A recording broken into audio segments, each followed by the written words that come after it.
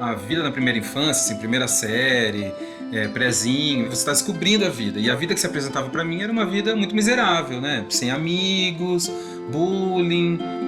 Depois do desenho, depois daquele desenho, as coisas se modificaram. A vida começou a se apresentar de uma outra maneira. Existia uma possibilidade de outra vida, outro tipo de vida.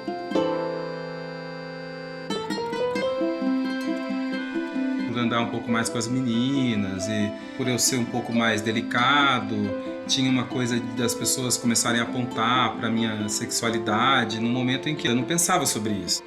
E aí o desenho foi o desenho deu um clique, porque eu vi que aquilo se comunicava com as pessoas. Uma certa chave para uma certa liberação social, assim, para uma coisa de eu conseguir finalmente ter amigos e ter uma turma. O desenho é uma maçã. Na segunda série, eu me lembro que eu tinha ganhado uma caixa de lápis de cor da minha tia, uma tia que tinha mais grana, assim, me deu uma caixa de lápis. A gente não tinha grana para comprar uma de 24 cores, então eu tinha no máximo 12. Primeira aula de educação artística e a professora deu uma tarefa que era desenhem uma maçã. Eu peguei a caixa de lápis de cor, quando eu vi eu tinha usado praticamente todas as cores da caixa, assim, numa única maçã. A minha maçã tinha profundidade, tinha sombreado, ela estava em cima de uma estrutura. E ela ficou muito impressionada, mostrou o desenho assim para todo mundo e falou que ela nunca tinha visto alguém da minha idade desenhar daquele jeito e tal. Chamou a minha mãe na escola para oferecer um curso para mim, porque a mãe dela era professora de pintura a óleo, de artes plásticas e tal. Então eu ganhei uma bolsa integral dessa professora. Eu comecei a ter um status assim na escola, tipo, aquele cara desenha, aquele cara é artista. Então aquilo mexeu muito comigo, modificou um pouco as coisas assim, sabe? Por isso que esse desenho é muito marcante para mim, ele não sai da minha memória, eu tenho ele perfeito assim na cabeça assim. Eu não tenho mais ele, o desenho eu provavelmente devo ter recortado ele colado na parede em algum momento, mas eu não tenho mais, mas eu tenho o mesmo caderno assim, que os desenhos seguintes seguiam a mesma linha. A Feira de Ciências acontecia mais pro final do ano.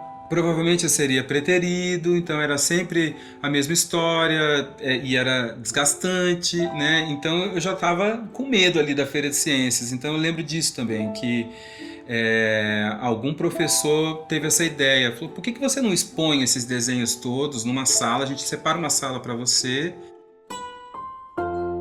Eu fui muito louco, porque as pessoas tinham cantinhos para mostrar os seus experimentos. E o meu experimento era uma sala de aula inteira. Então o poder da arte foi se mostrando para mim, né? Nesse dia da Feira de Ciências, eu voltei para casa com as meninas que eu queria, sabe? Que eu estava de olho, que eu queria ser amigo daquelas meninas. Porque elas tinham umas famílias mais livres, assim. E eu lembro delas ficarem horas na minha sala de exposição e ali começou uma turma que eu tenho até hoje, são os meus amigos até hoje.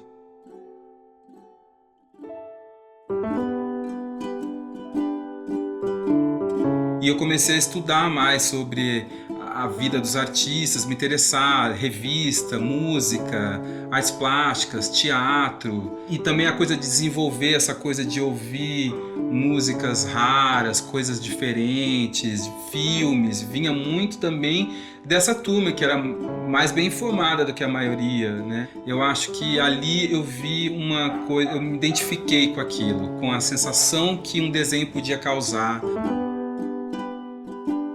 A música era muito importante para mim, desde bebezinho, assim.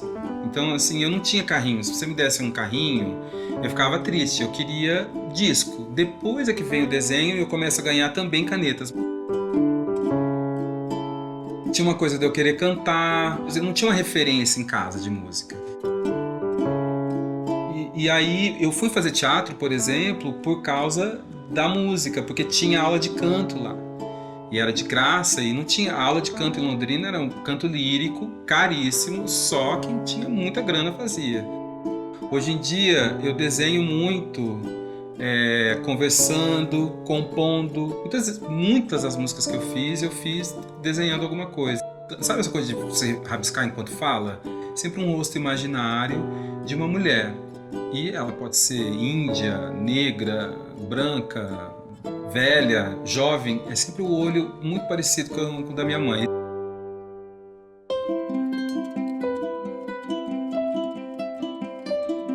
Não tem ninguém que me trouxe mais segurança, que me acolheu mais do que a minha mãe, né?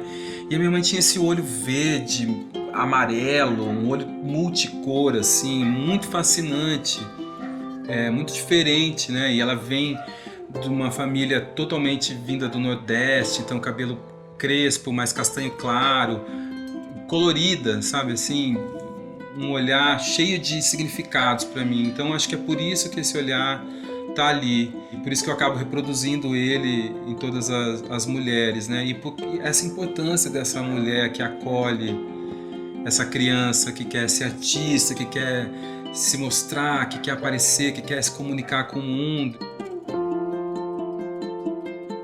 A importância do desenho na minha vida é que ele tem essa função meio de primeira alfabetização na arte, assim, como se fosse a primeira minha língua nativa na arte, assim, com certeza é o desenho.